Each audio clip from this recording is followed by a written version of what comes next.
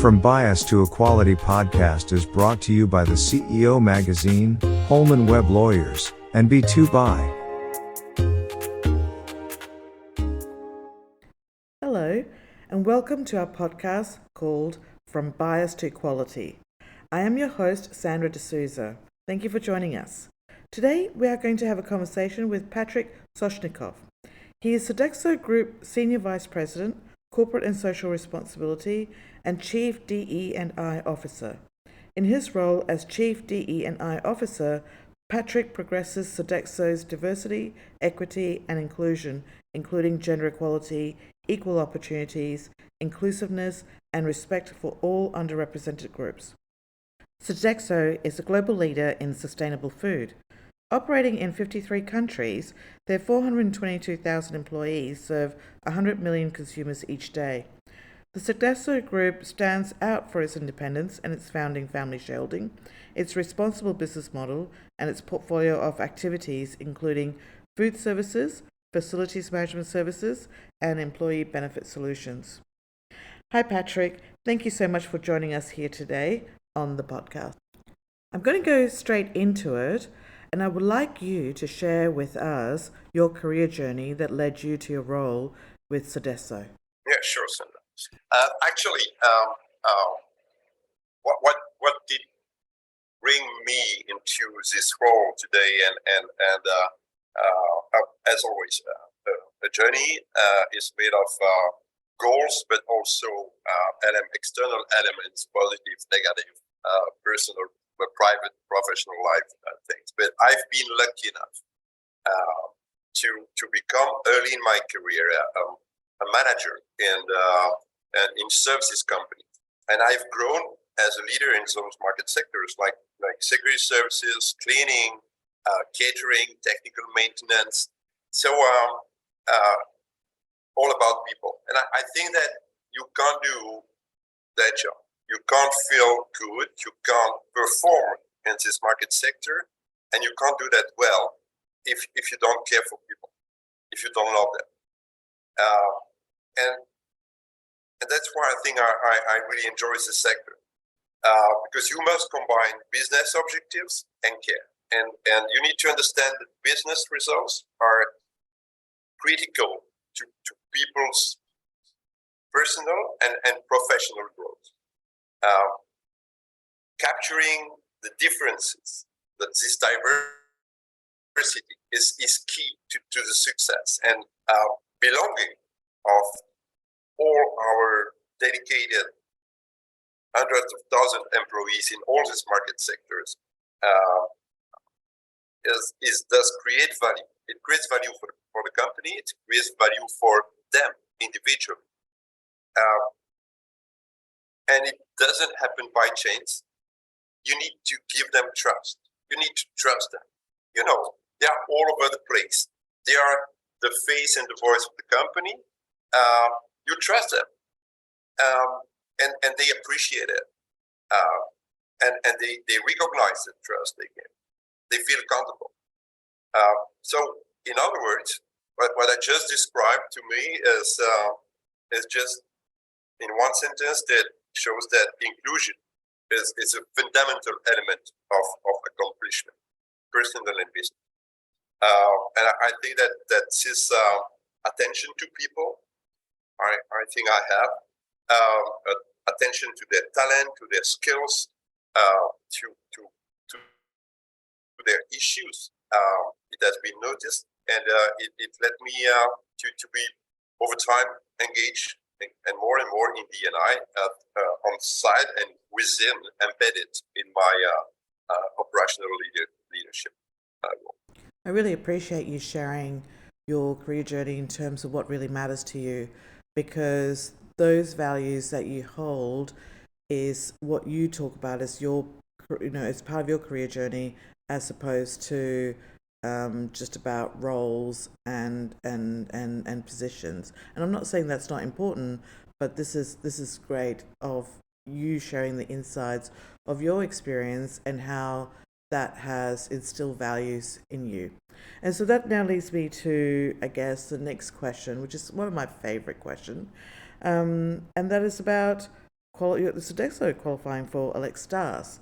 So for those who don't know, the listeners on the call, Elect Stars has very straightforward criteria.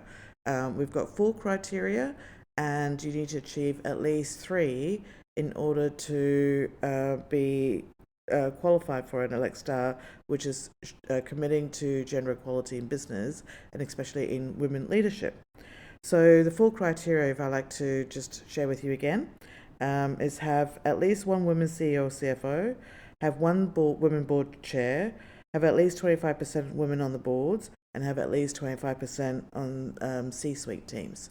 So Patrick, I guess, as you know about where your company stands with the criteria, do you want to, I guess, just share, in terms of who they are and what percentage the Sodexo has achieved in women representation?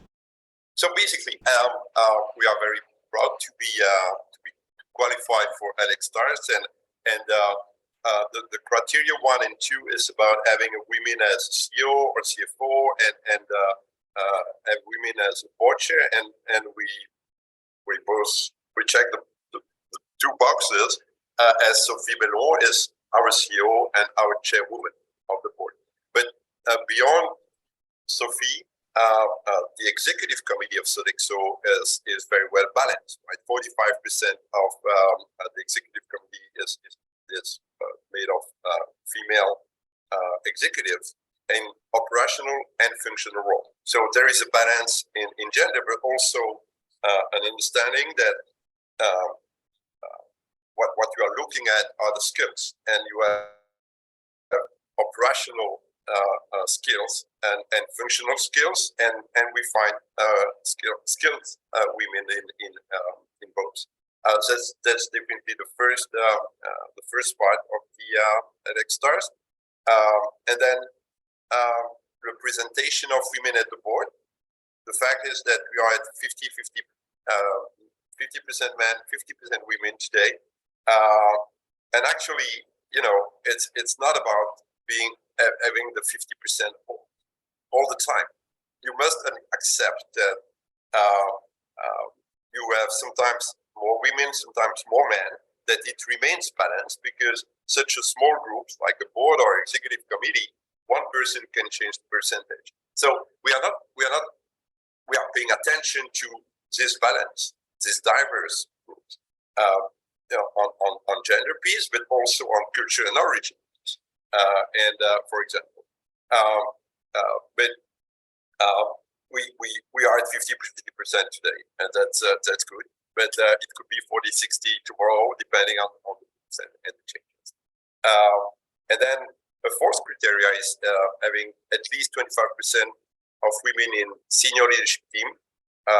We are at 45%, and that's pretty well balanced. And there we still need to progress on the operational roles, but we are, and we have ambitious target there.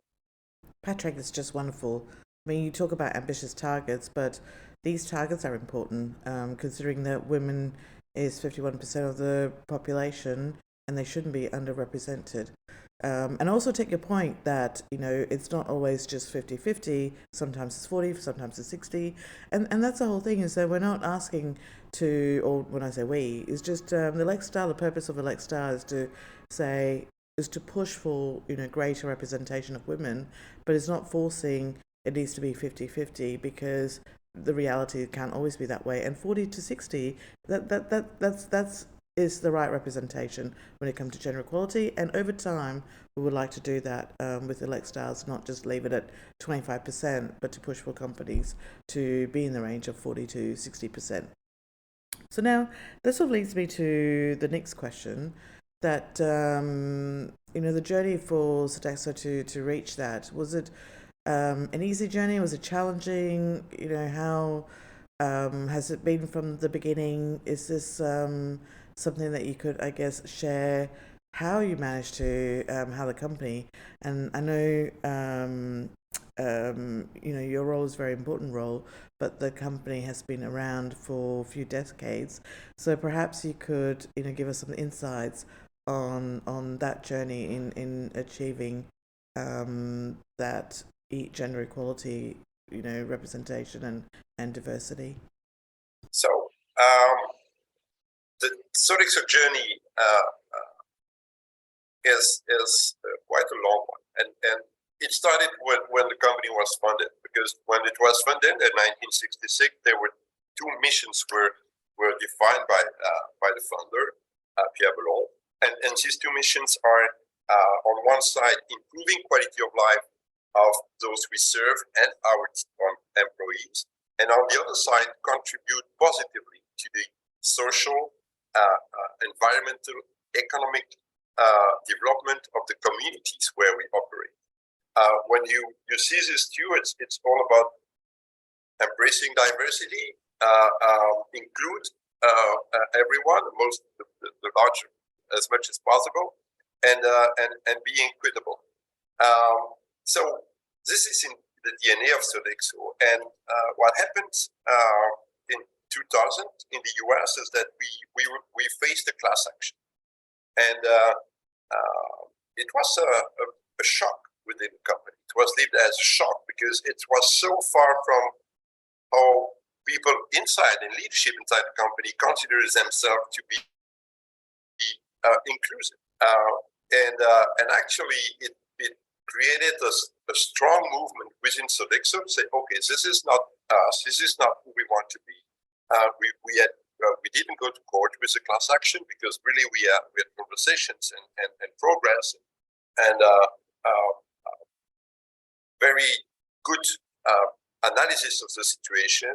But we said now, Michel Landel is the time CEO of Sodexo, and Roy Niana, thoughtful, well-known worldwide leader in DE&I, was working in Sodexo at the time. They said, okay, we need to set targets, we need to measure, we need to change the culture, and we need to ensure that our mission is reflected in the leadership behavior.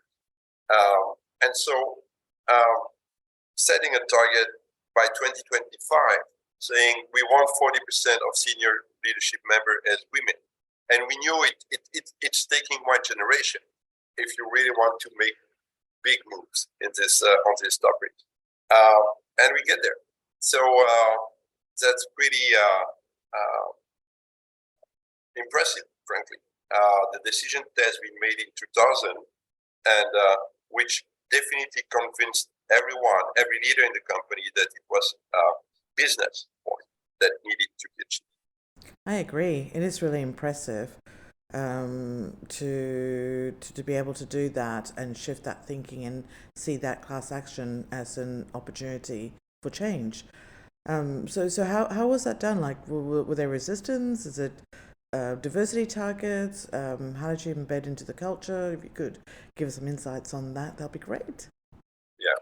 So actually, about the resistance, we as soon as you change something in a company or anywhere, you face some resistance. And then you need to explain, you need to train, you need to educate, you need to have everybody understanding that bias are there and that we like it or not, we are conscious of it or not, but there are bias.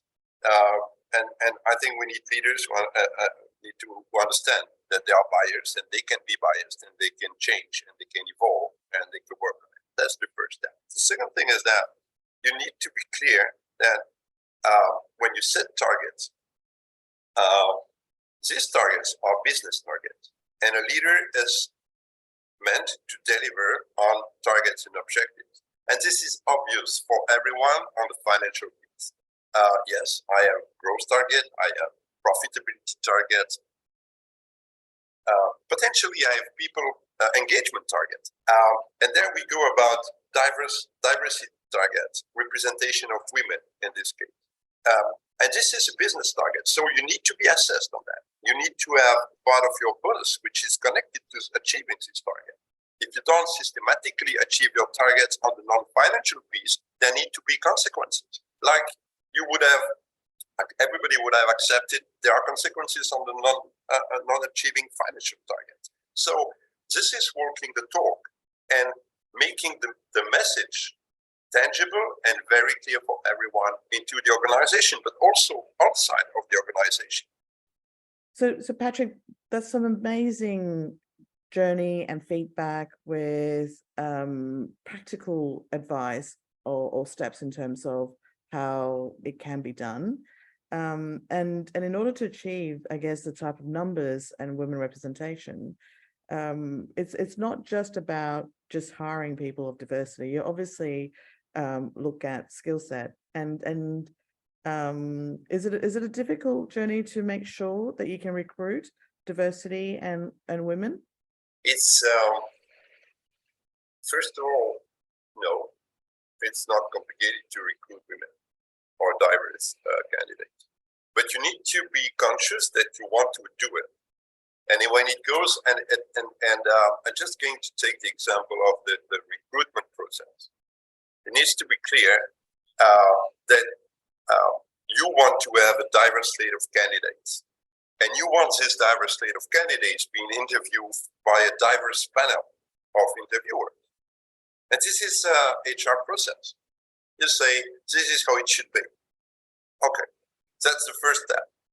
Define the processes that you want to follow to ensure more diversity in your recruitment. And it goes on the candidates and on the panel, right? Because otherwise, it obviously biased or the bias. So you need to be diverse on both sides. Second thing is that it's not enough to have a process. It's not enough to have a process because business is always rushing. And I know I've been region chairman and country president, so I've been running and rushing a lot. And then you need someone yesterday. So you don't have the time to build a diverse slate and diverse interview panel. And you need a candidate because the business requires it. It's serious, right? And that's where you really need to have empowered HR, empowered leaders, able to say, yes, it's urgent, but no, we are not going to resume the process, or we're not going to shortcut the process. We are going to look for a diverse candidate slate. And it takes time and it takes a lot of energy.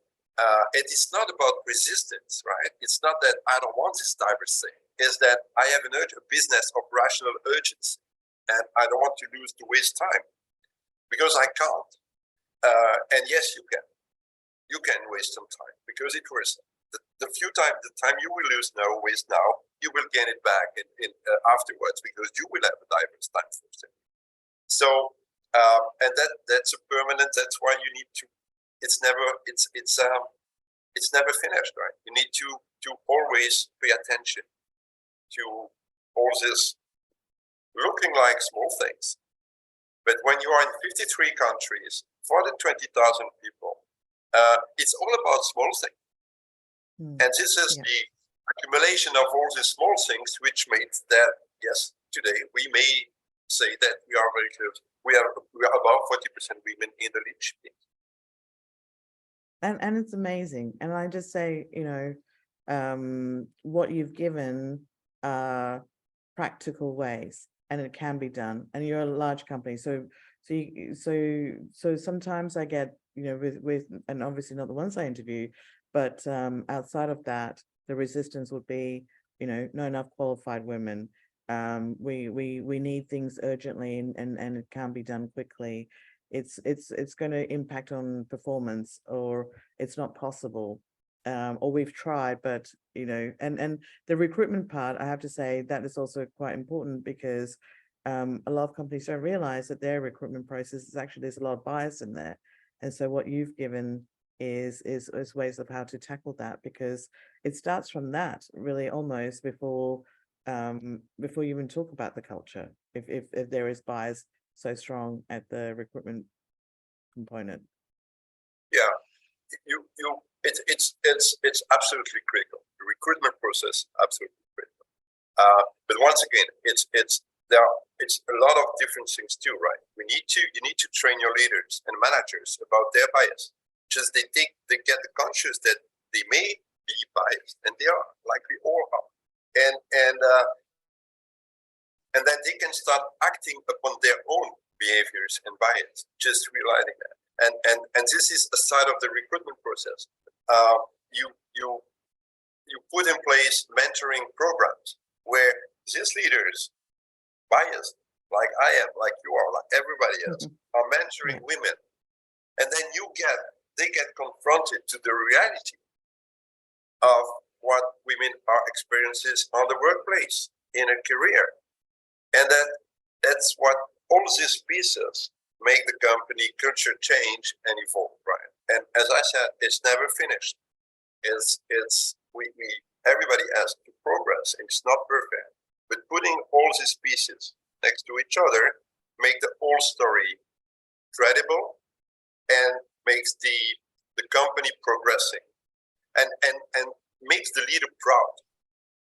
Our leaders are proud that they have diverse slate and diverse team, and that's where you start saying, okay, no, it just get tangible, because when you have a leader, when they're saying what are you the proudest of, is not talking about this EBIT results. Is saying over the last 5 years, I get you a balanced leadership team and a gender balanced leadership team. I say, yeah, that's good, right? This is what we are. This means that thanks to that, we got the results.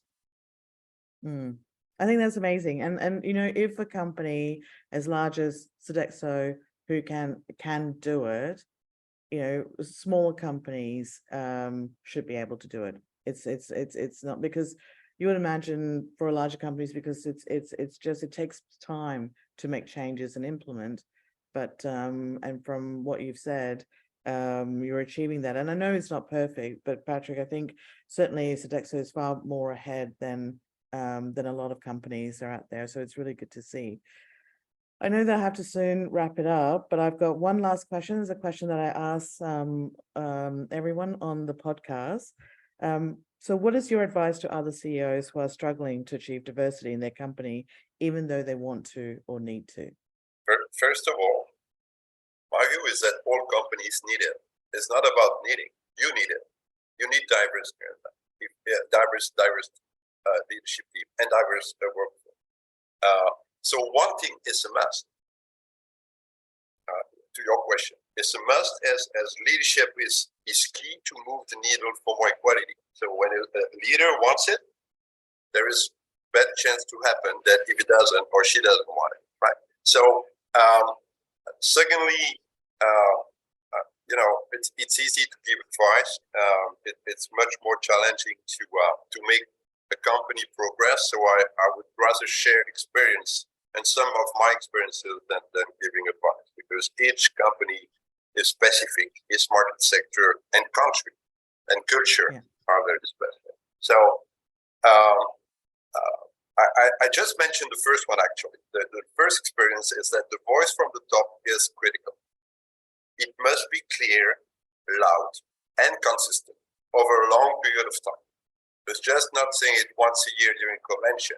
It's saying it every quarter, during the business reviews, during the speech to the company, during the annual assembly, over years. That's the first one. Voice from the top, convinced leadership. Then I would say that in our time of necessary transformation of our business models, and there I think I dare to say that through for all market sectors. We need to transform our business models, if only because the climate disruption. And we know that. And companies' strategy needs and are resolved.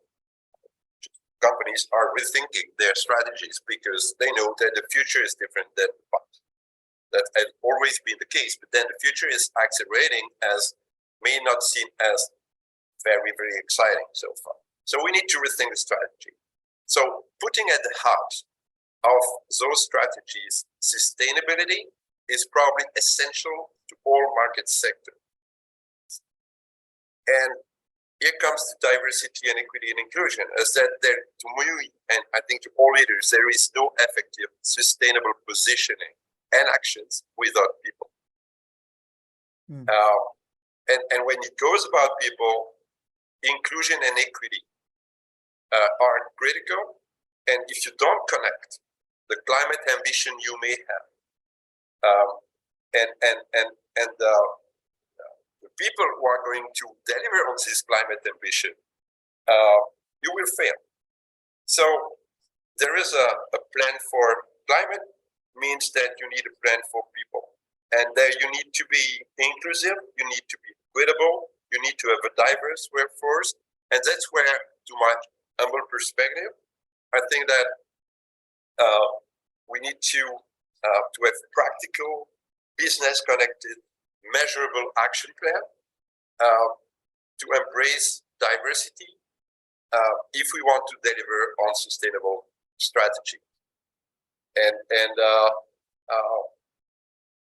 in one sentence, because I've been a bit long, but in one sentence, I would say, embed sustainability and inclusion in your business strategy. Embed. It must be at the core. Because this is, but that's my humble vision. This is the future of the world, and then you companies work and develop in the world. I think that, Patrick, that's really good advice, because if it's not at the core of everything that you do, then you can't make change. And it can't be just something that is like, oh, we need to do it, and you have to tick the box to say it. You have to truly believe in it. And that is really, that has come through as your message, the final advice, but also throughout from what you've said, that it is really true commitment. Patrick, I guess this is it. We've been having a lot of fun. Thank you so much for being part of From Bias to Equality podcast. I know you say you've got a long way to go, but I still think that the work that you with Sodexo it's amazing and it's pioneering. And I'm so glad that we can share your insights, your knowledge, and your strategies with other business leaders through this podcast. So thank you again for your time. Thank you very much, Sandra, for having me. It was a pleasure, and I'm always happy to share experiences with everyone. Thank you, Patrick. Today's episode is brought to you by our wonderful sponsors. Firstly, we're sponsored by B2Buy. B2Buy is your trusted business buying platform that simplifies and automates your buying process, helping you buy smarter and faster, giving you greater visibility and value. With 100,000 products in one place, B2Buy is passionate about connecting diverse suppliers with corporate buyers, so you can create a more inclusive business environment and buy better with www.b2buy.online. Our second sponsor is Holman Webb Lawyers, an award-winning and dynamic full-service Australian law firm with offices in Sydney, Melbourne, Brisbane, and Adelaide. Not only do Holman Webb offer comprehensive legal services, but they are also a proud recipient of the LX Star, recognizing their commitment to achieving gender equality in leadership. Discover more about their services, initiatives and industry-leading insights at www.holmanwebb.com.au. Lastly, our sponsor, the CEO Magazine, is an iconic, global media brand that inspires and promotes excellence within the business world. It is a source of information, inspiration and motivation for the world's most successful leaders, executives, investors and entrepreneurs. Go to www.thesiomagazine.com.